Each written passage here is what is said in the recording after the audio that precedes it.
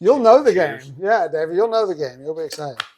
All When I right. drunk out that Georgia Bulldog, can't touch Yes. it. Yes. Come on, Tanya and Shane. Come I on. know it. They failed. They failed. All right. So, hey, good afternoon. I'm here with Mr. Rhett Jones and Mr. David King. Thank y'all very much for joining Absolutely. the. Right now, it's called the Disco Davo Linder Dude. I'm changing the name every podcast, so feel free to add some recommendation to what we should call it. I don't know. I'm struggling between professional and What's the rating on this podcast? it's got 1 star. Well, I mean more of it. Is this NC-17 or is this rated? Yes, I love that YouTube allows you to hit not for kids.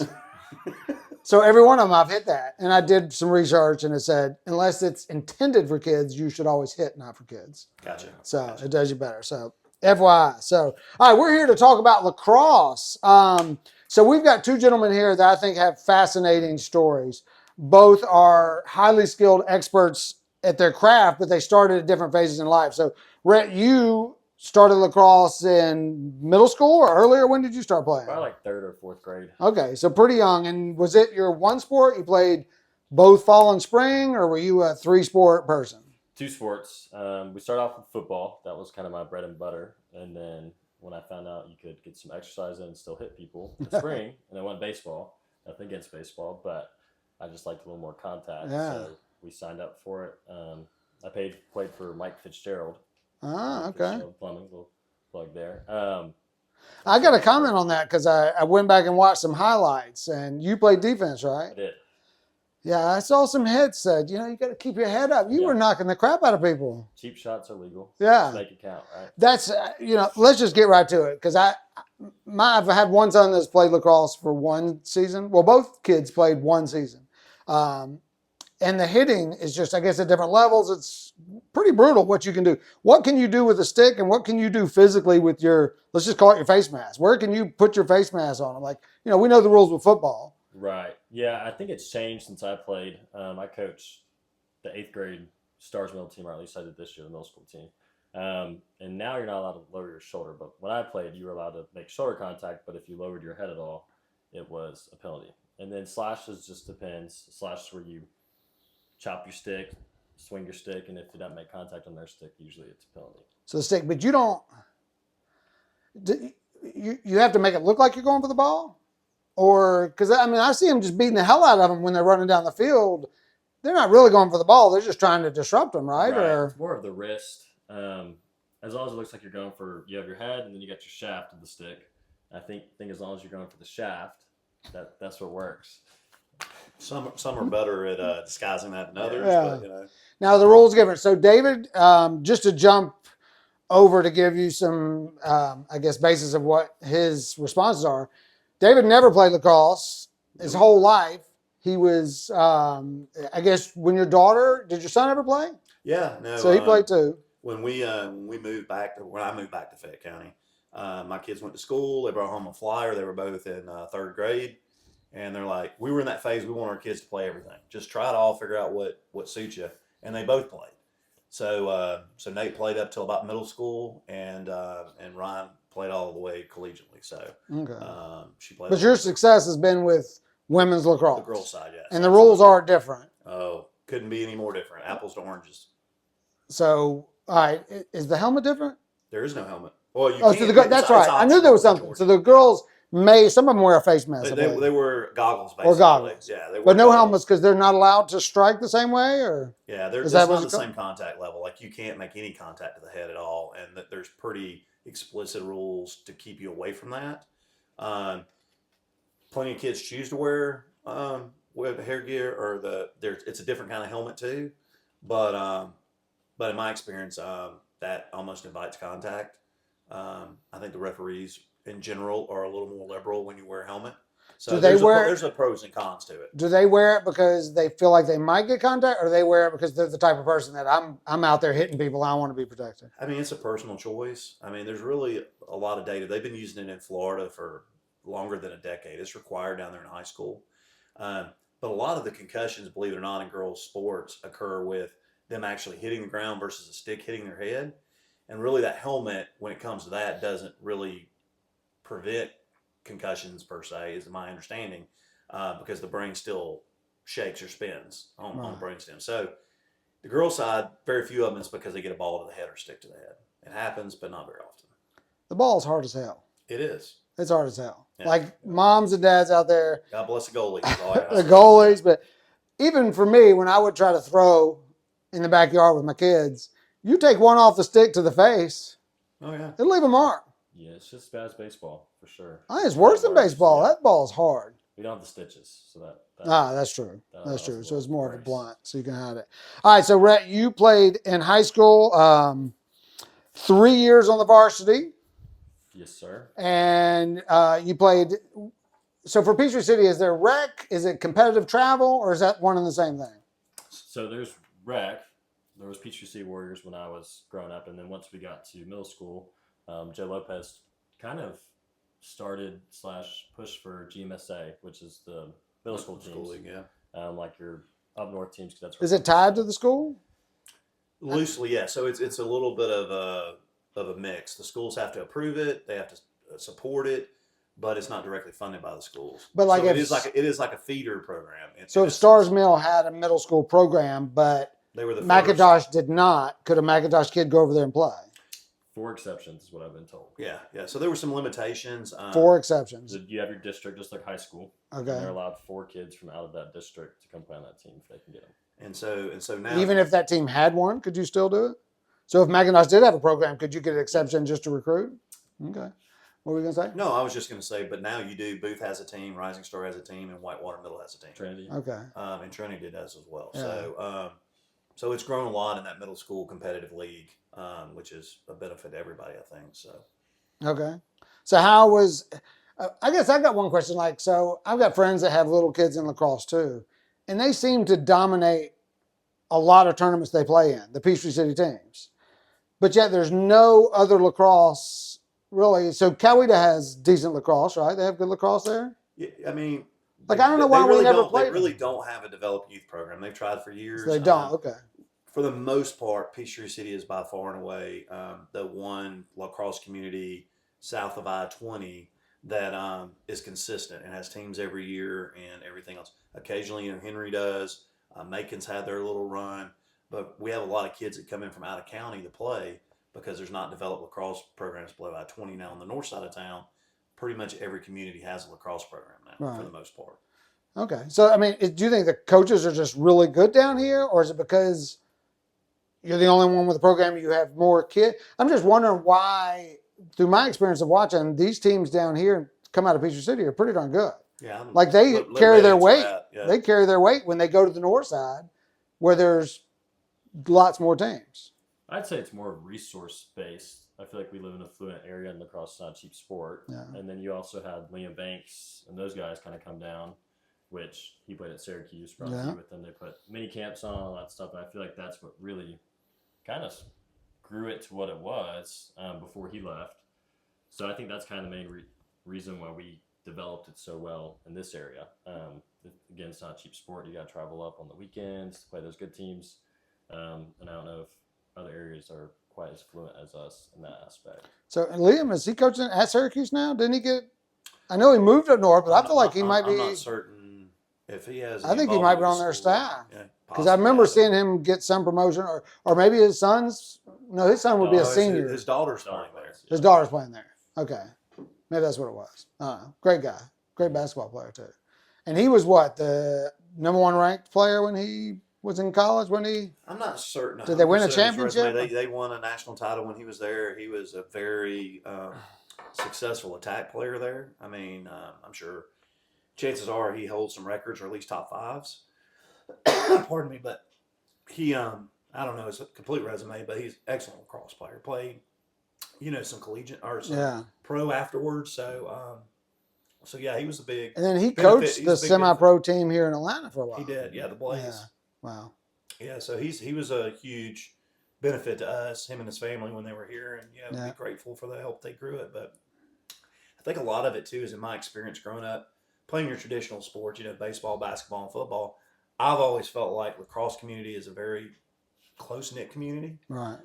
and I think part of that was a lot of synergy and pulling in the same direction. I mean, the parents were supportive, at least in my experience, as being a part of Peachtree Sea Lacrosse. So I think that kind of added to the success of the program too, as we all kind of had the same, focal point on where we wanted to get to. Right. So, and it's a great. Just look at the local high schools. We're competitive in just about every sport we play Yeah. in. So that's not a That's surprise true. either. Well, you've used the word success a couple times. So both of these gentlemen have careers outside of lacrosse, which we'll get to. But you, David, again, never played. You coached your kids in Little League just because probably nobody else wanted to, and you just like being involved. But then you played for 3 state championships, correct? That's correct. And won 1. That's correct. How? Well, Chris Beardsley is a big reason. It is, of course. Every Batman needs a Robin, and I'm happy to be the Robin. So with that being said, a lot of it was just identifying kids, getting them to try a sport that wasn't. Chances are the parents didn't play it. Trying to get them to try something different, and very few kids that I experienced didn't fall in love with the game. And so that allowed us at an early age to start with a small nucleus, and it just kind of built and built and built. But a lot of it was just a lot of the things carry over. I'm a kind of a basketball guy. Lacrosse is unique in that if you play baseball, the hand-eye coordination helps you a ton. If you played soccer, the fitness part of it helps a ton, the spatial awareness, because the fields are virtually the same. And then lastly, basketball, defensive, the way your footwork works and how you play defense and things like that are very helpful from basketball. So any of those kids that have played any of those sports, they come in like 1/3 there. And then it's just a matter of the basic fundamentals, teach you, throwing and catching, and then, a little bit about the rules. But it immerses all those sports that most of these kids and their parents grew up playing. Yeah. So, well, and this, I think what's pretty cool with the girls sport, because you have a lot of people. You're not begging for players to play when you were coaching, right? oh, absolutely not. No, You had a lot of, and so the barrier to entry, I guess financial we talked about, it's tough to come up with the money, but y'all rent equipment, right? Yeah, so if you don't have it, you don't have to know what to buy, show up and they will suit you. A lot of kids will rent equipment that first season until their parents kind of start figuring it out and making sure that their kids are going to continue playing, and then they'll go invest in the equipment that they want, but it's a good starting point. We really treat that as a pass through. That is not a profit center for Peachtree Sea Lacrosse. We just want kids to get a stick in their hand and try it, right, and give it a chance. And then at that point, once they've hooked, we'll help them get the equipment that will help them progress. And for high school, so you coached high school the majority. Well, I guess you brought them up, but most kids make the team. All kids make the team. I know we said you're not begging for numbers, but so you don't have to be great to make the high school team. Where you think Fayette County soccer, you better be travel ball or you're not making the high school team. So I will say, since I started, the success, and this isn't to say that there wasn't success prior to my involvement with Peachtree Sea Lacrosse, by no means, but it feels like the consistency's got there. Like consistently every year, the local high schools they're either there or they're better. Would you agree with that, especially on the boys' side? Absolutely, yep. And on the girls' side, it's the same way. And, it's kind of a culture thing. I mean, once you start getting that momentum built, kids want to be a part of something that looks fun, it's fast-paced, and, everybody likes to play something with an opportunity to win. So as we got more competitive, it naturally brings kids in. And it's such a great sport. I mean, it really is. If I'd have been exposed to it, I was a big baseball guy as a kid. Yeah. But if I'd have been exposed to it when I was 7 or 8 years old, when you played the outfield and the ball was never hit to you, I probably would have loved lacrosse. Yeah. I mean, to me, it pulls the best of so many sports. It does. Like I think the reason I wouldn't have loved soccer was because you didn't have that contact. Right. Even though you bump a little bit, but you don't really get to clean somebody out. Where lacrosse you can. But is there also a room on the field for lacrosse for the kid that does not want that much contact? Because I don't want people to think that you've got to be a brute to play. There's positions that, and I could be wrong, are there positions where they are not full on banging each other? Is that more of a defense, they hit each other? I mean, everybody's going to get hit, obviously, if you got the ball, but it feels like early on there's a lot of awkward contact, like it's not deliberate, when they're younger. Yeah. A lot of it almost is like two kids going for a ground ball and running into each other. As you progress and you get better, there's a fine line there, and Rhett's better to speak at this than I am, but you got to be selective in the contact you make at the higher level you get, because you can get embarrassed if you don't make adequate contact. The kid will Yeah. embarrass you. So Yeah. I'll let him speak more to that, but especially on the boys' side. If you're going for it, typically, at least down here up north, the refs are completely different. So down here, you're probably going to be sitting in the box, which is when you get a penalty, which is 2 minutes usually, I think. And you're man down, so you got 5 versus 6 on the field. So if you're in a big tight game and you're up by 1 score, that can cost you. But I think what I was always taught is teaches someone a lesson. If I got hit one good time and I was going to score again, I'd be thinking a little more. Everybody's got a plan until they get punched in the mouth. Right. And I think the way that I was always explained when I was growing up, Z always told us, your attacker, your people that want the show guys, they want the praise.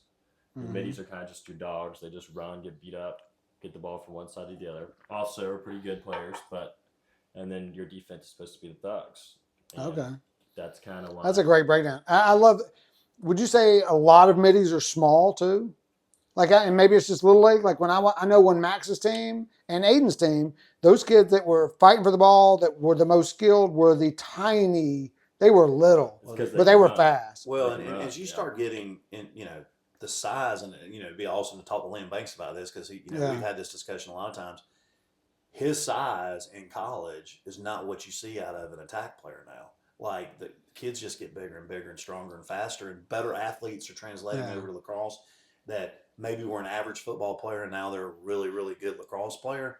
And so, you've got some big kids playing the sport now, and some of them are middies. I mean, and it just depends. Yeah. So I think we're bouncing around different levels. So I'm trying to, really, I love the sport for kids, just because both my kids oddly loved it, but just didn't want to play again. And I absolutely loved watching it, and would love to have played it, but we'd never made it to the higher level, which I'm considering high school. So I don't even know what the size looks like. So I don't know. So what are you doing now with lacrosse? Because you are a working man, but you still are very young and athletic. So how do you stay on the field? I always toss, but I have buddies that still play, so I keep up with a lot of the kids I play with on my travel team still play at the collegiate level, so it's fun to watch that. But I usually take a break till about fall is when we usually kick off. I'll be in the talks with the coaches for Stars Mill and Peachtree City, but I kind of take a little time off because it's kind of something like riding a bike. Once you kind of learn how to do it, you can pick it back up and go right. So what do you mean you're being in the talks with them? Like what you want to, like you don't know who you're going to be coaching? You coached a select team or something? Correct. That's all? So the past 2 years I coached the select team because I was more asked to do it, and I kind of felt like I could fill a need there. But my goal would be to start with like the younger age group and then trickle up with them. And stay with them, because that's what you did. Like how many players would you say you went from 10 years old to state champion at Stars Mill? So when I was coaching Warriors, Peachtree City Warriors, and then travel ball, which we just called Warriors in the summer and the fall, it was a really mixed. It was a Stars Mill kids, McIntosh kids, some Whitewater kids. So you had the 3 county schools represented. But then we would pull in kids from Auburn, Alabama. I had a kid come all the way from Gulf Shores to play. And so with that being said, several of them, and this is probably the thing that one of the things I'm most proud of that we built as a community in lacrosse on the girls' side, is so many of them went on to play collegiately, whether that's club level, Division I, and everything in between. It's and a lot of them are returning and coaching, and that is a testament to their love of the game, because that's another level of commitment when you start coaching, that you have to give up some things, and to see these ladies going and coaching now, it's really what it is about at the end of the day. It's just Ryan started in 3rd grade, and you just start attracting different kids, and some of her best friends to this day are McIntosh kids or Whitewater kids or whatever that she didn't even go to high school with.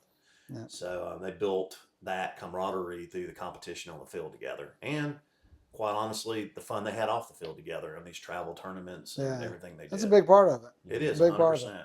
And Ryan played, your daughter played at the University of Georgia, that's considered a club team, right? It is, yeah. Which is basically the same thing, other than, you're still tryouts and they still travel and play Auburn and everybody else. Yeah, she was fortunate enough that it gave her the best of both worlds. We're huge Georgia fans. She grew up loving Georgia. She had opportunities to play collegiately on scholarship at different places, but inevitably she decided she wanted to go to the University of Georgia. She wanted the experience, the education, football, all of it. And Lord bless, she got 2 national titles while she was there, right? So In football. in football, correct. I wish, yeah, we'll get to the other part in a Yeah. second, but she started playing there. Back half of the 2 COVID years, she really didn't have a freshman year at Georgia, but she was fortunate enough the 3 years she played there, they played for 2 national titles and 1 semifinal berth. We did not get it done. We didn't win the national title, but we traveled all over the country. We went to UCLA, Arizona State, Colorado, Boston College. Places everywhere, and it was great. And that commitment level is certainly less than scholarship lacrosse, but they practice 3 times a week, and so it's a big commitment. And you were that parent that complained so much about the way things were going that they asked you to coach. Yeah, ironically enough, I've been fortunate enough to coach Ryan since 3rd grade all the way through high school. I did not coach her collegiately, and she graduated last year, and she's moved on to grad school, but. You build relationships, and they thought I would bring some value if I would come help them coach this year, and I did. At the University of Georgia. At the University of Georgia. Never played lacrosse in your life, and now you're assistant coach at the University of Georgia. Yeah. So we just finished up last week at the national tournament. We finished 3rd. We lost to Boston College, who is kind of the thorn in our side. They won the national title again, and we lost to them in the semifinals this year. Wow. So, but with University of Georgia, go Dogs, 17-1 this year. Wow. Only losses in the semis. Wow. So where's your level of passion, Rhett? If you talked about, I guess you're looking for a home, would you give up your real estate career and go coach at LSU? I don't think so yet. I think if the right person came knocking, you might. maybe. But I love the sport. But I think the difference between when you play and when you coach is it's a choice. I mean, it's still a choice then, but when I'm practicing 5 days a week at a certain level, that's not a choice. That's kind of a demand versus now I get to go have fun, get to kind of see a different aspect of the game. And also just, investing in kids, right? I mean, that's what makes our community so special is I think it's family oriented and it's a safe place. And I would like to think that I can make a positive impact on these kids. So. Well, I did try to do some research. I'm trying to be a professional podcaster. So I tried to do some research on you. And I asked a lot of people about your lacrosse career. And everyone just spoke of how incredible of a lacrosse player was. It wasn't like, oh, yeah, I remember him. It was lots of accolades. But college did not go the way you wanted it to go. And I'd love to dive into that discussion because the same type of things happened to my nephew. So tell us what happened going to college so that people know, hey, this, you got to look out for yourself and know what's going on. Yeah, I was blessed enough to go on a couple visits to UMass and Delaware, and I had some other schools that I didn't entertain as much, but it was a cool experience to go up there. But I was 1 year younger than his daughter, so COVID kind of hit, and then those COVID years came out. So they were extending, graces to those people, let them play next year. So I think a lot of those coaches were kind of on the fence on some things and decided, I already know what I got, so I'll just stick with that. Because lacrosse is tough for scholarships. I think they probably carry a 30, 40-man roster, and they get 13 full scholarships. So they divide it amongst the players. And I also shot myself in the foot. I didn't take school quite seriously enough and didn't have the best GPA. So I think that when you go play at a high level, it's mostly northerner schools. Well, and not to interrupt, but what you find out too on the lacrosse side of things is a lot of these schools give academic money versus athletic money. Yeah. So for anybody that's interested in playing lacrosse in college and being at a scholarship school like that, you do have to really put a lot of time and effort into your academics because that's where the money's going to come from in most cases. It just is. And I guess it just gives you more options too, because if you, there's schools that won't, unless you're just extremely dynamic, you're not going to get into certain schools just because of your athletic skills. But if you're carrying the academics, then that might be a reason for them to pull you along. Yeah, I think from a coach's perspective, it's a risk, right? If I'm taking this kid that's got the same level, but I got a kid with a 3.8 or 2.8, how am I going to know this kid can even qualify to play for the season? And Liam Banks and them always tell me just be good enough, and they'll always open that avenue for you. And I did have the avenue kind of open. It was shut on me a little bit. Yeah. But I think that's why you just keep your options open. I had the opportunity to go play at Tampa, and I chose not to, which probably would have been a blast. but they were D2, they weren't D1. I kind of always tell myself if I was going to play, it would have been the real deal. So Yeah. So you had a scholarship offer, and then they pulled it at the last minute. Is I my wouldn't say understanding? Is they that pulled it at the last minute. I went, entertained it, and there was talks, and then I kind of think more or less the phone just never rang back. okay? So there was talks, and I didn't receive anything in writing or anything like that. Right. But I think once those COVID years hit, So just interest, yeah. And he hit That on was an a lot important of- thing because you hear it collectively through all sports, not just lacrosse, but particularly in your secondary sports. That COVID, where they got extra eligibility, changed everything. There were a lot of high school seniors that otherwise would have got opportunities in all different sports, Yeah. didn't get those opportunities because they chose for those kids to hang on an extra year. So it definitely changed the dynamic. And, I think it's finally beyond that where it's getting back to where most kids go in and play their 4 years or 4 and 5 and they're gone. Right. So, but that was a big deal, not just in Rhett's experience, which is ultimately a lot of things. I don't want to speak for him, but yeah, and I agree. I mean, maturity level too. I mean, the difference between me at 18 and 22 is It's huge. huge. So, I mean, 100%. I don't. You hadn't had your first beer yet. You didn't know what to. Right. I know. So, well, let's talk about. I just coach soccer, and I was an assistant coach. So I'm pretty much the smart ass in the back that's just like, make them do push-ups, make them run. They're not listening, and the coach is trying to get something done. But what do you think is how do kids respond now? Because every generation talks about how the next generation doesn't work hard, or you're soft, or you don't, What would you say? You've coached recently, and you're now coaching. How do coaches respond? What is the parents' activity like? Are these kids coachable now? I'll let you go first. I think, and I know they're all different. I think in a lot of ways, in my experience, has been there's a lot made of that, but I think it's about the relationship. I think at the end of the day, kids, for the most part, are still kids at their core. There's always going to be some challenges, particularly from the parental side of things. But my philosophy has always been pretty simple: is when we cross that line or practice starts or whatever, I'm there for a specific purpose, and my job is not to be your friend. My job is to help you get better, hold you accountable, teach you a level of discipline, and that's the role. However, when practice ends and we step over that white line, that's the personal relationship and as long as that line is maintained and drawn clearly, I think kids really respond well to that. At least that's been my experience. Coaches that I have a lot of respect for tend to go that route too, where they just draw that line. There's a time to work and there's a time to love, and you just got to know the difference. And to this day, you always look back on things and you would change them ever so slightly, but a lot of kids, as I talked about earlier, have grown up in the life skills and the things that you learn through playing team sports is the biggest giver. It really is the best teacher, in my opinion. I think every kid should play team sports. Just find the one that you like the best and get life lessons out of it. So, that's. No, I agree. And everyone's personality is different. What works for me and what works for you and what works for you is 100%. So I think that's the challenge I've had coaching the past couple of years. If I have 1 year with this kid, by the time the end of the year, I figured out what drives you. Right. Yeah. And recently, my dad kind of bribed me to do some things. So I always do gift cards. Like I'll do a $25 Fortnite gift card. That's what they play, Xbox or PS5.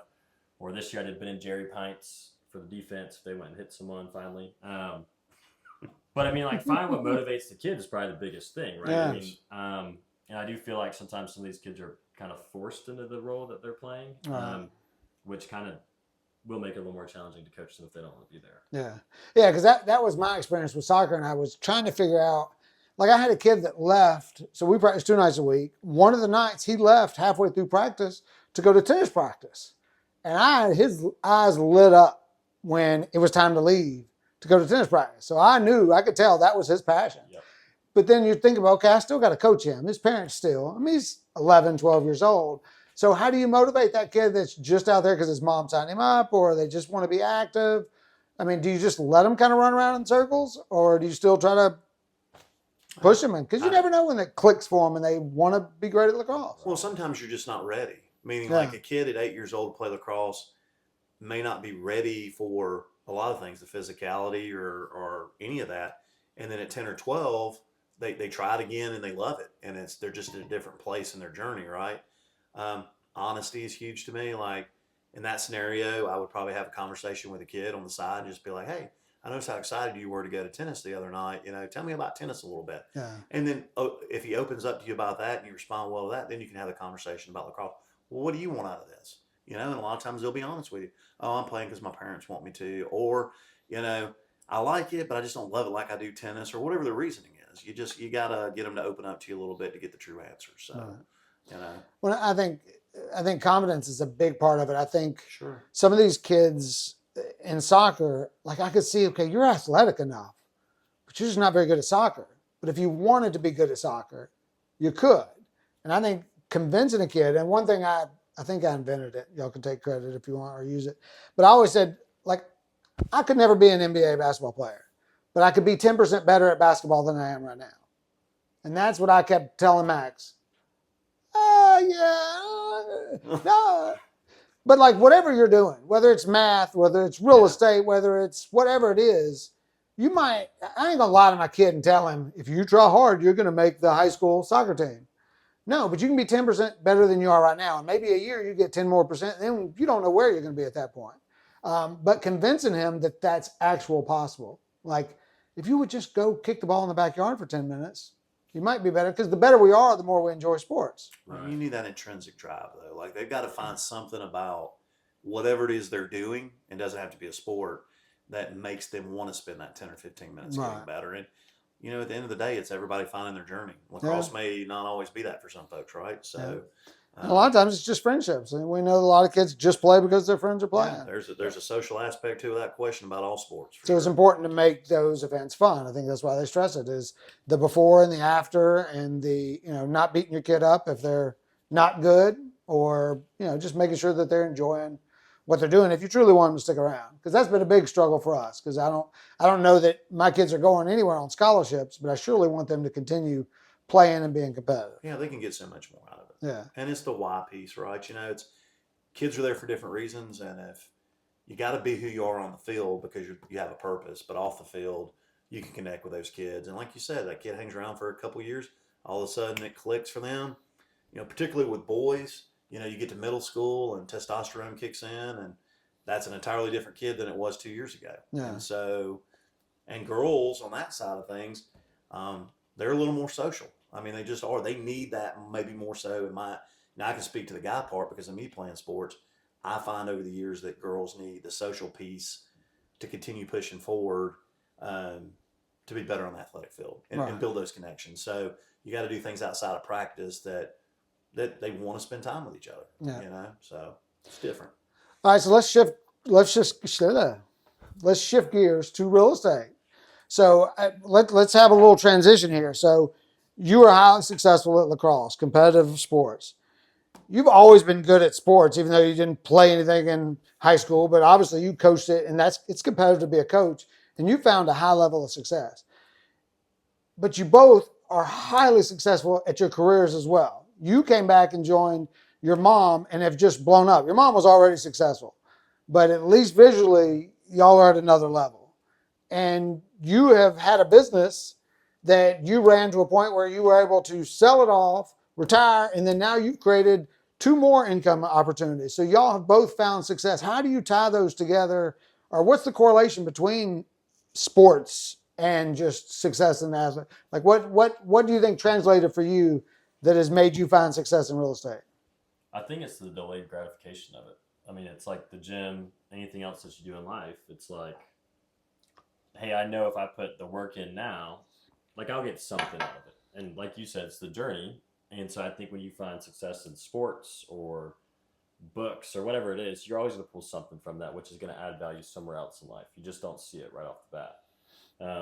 And for me, it was, I know that if I go, now it's to the gym, but if I go to the gym every day and eat clean, I'll get this look and I get this mental clarity that I wouldn't have otherwise. And Tanya told me Dan Forsman was the CEO of Berkshire at the time, but if any D1 or D anything, it was a collegiate athlete came and applied to have a job at Berkshire Hathaway, he immediately hired them. Yeah. Because that's the level of commitment. You know what it takes to reach success. Right.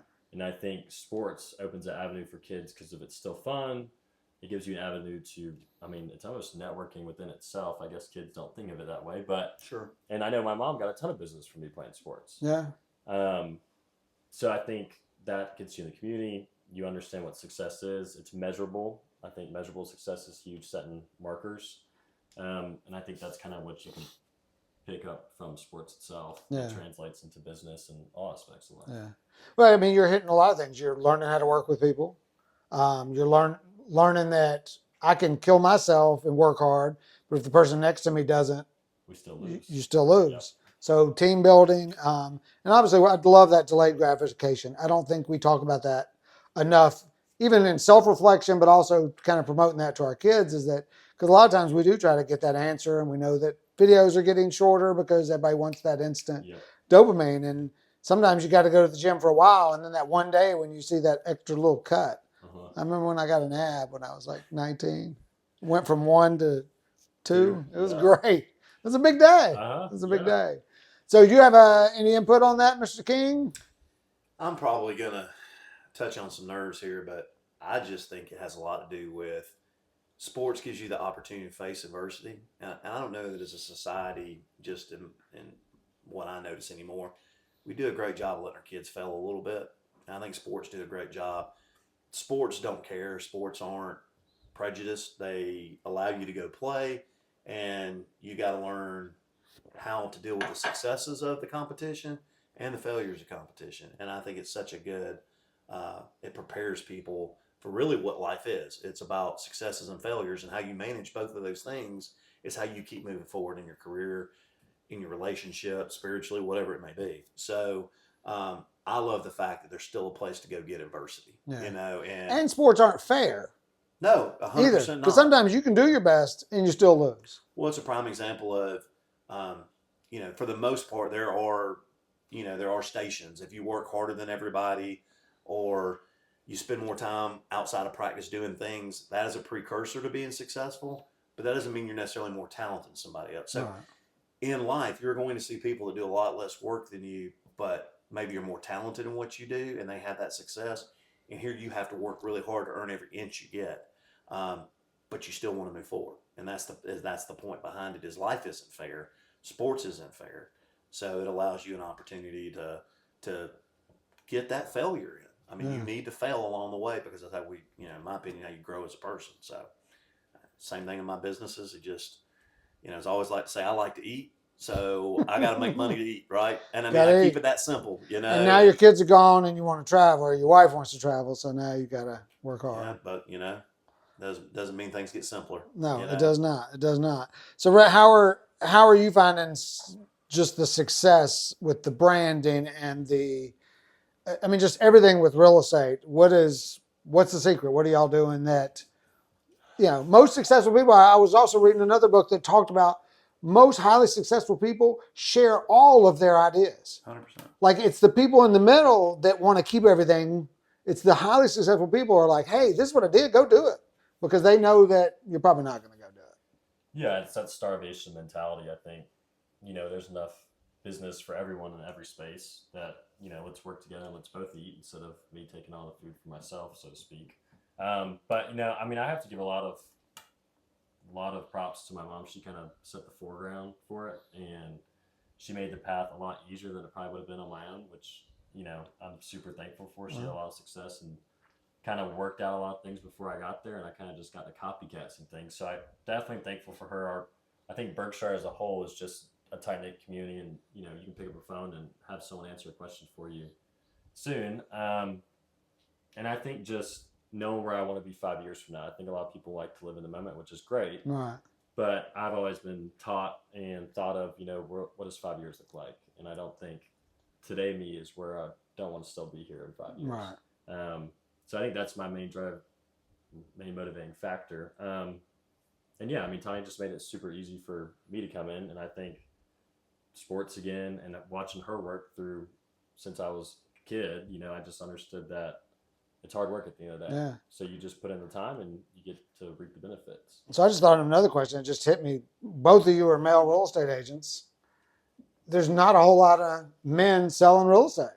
So what attracts you to real estate? And is that, wouldn't call it a barrier, but do you find any problems with that, or is it just, don't even notice? Like, why are there not more men selling real estate, especially young men?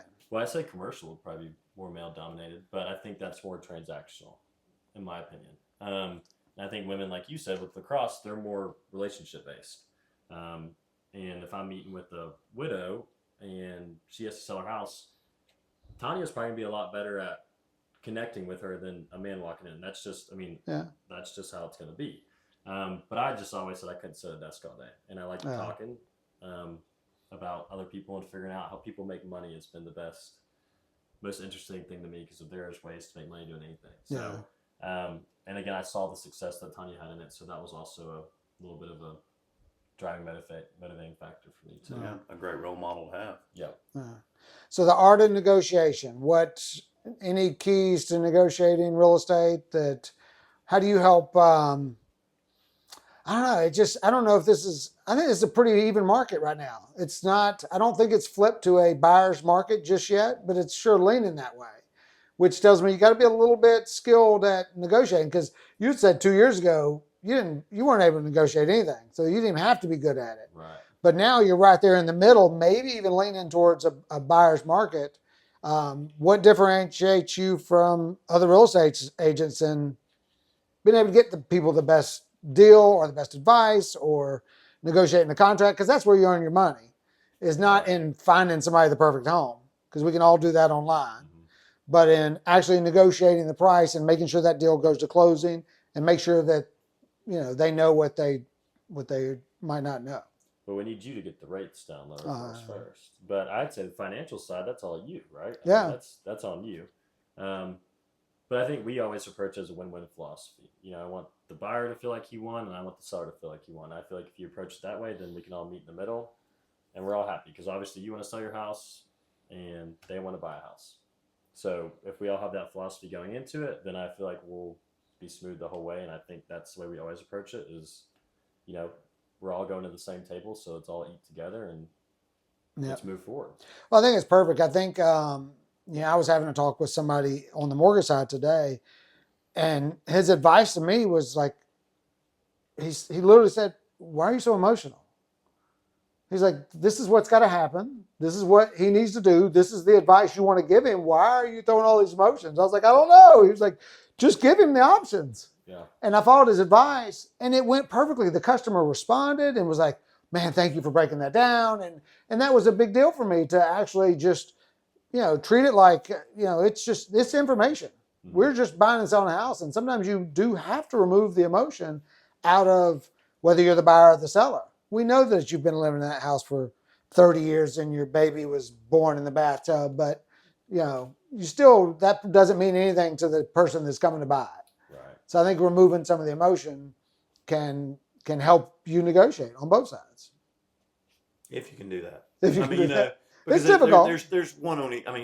You can do that, but does the client also respond to that too? And it's mostly just listening, communicating, and I find if I'm consistent in that behavior, owning my businesses allowed me to negotiate several things skill wise, but at the end of the day, if you ask the right questions and you listen to the responses, they'll tell you what's important to them.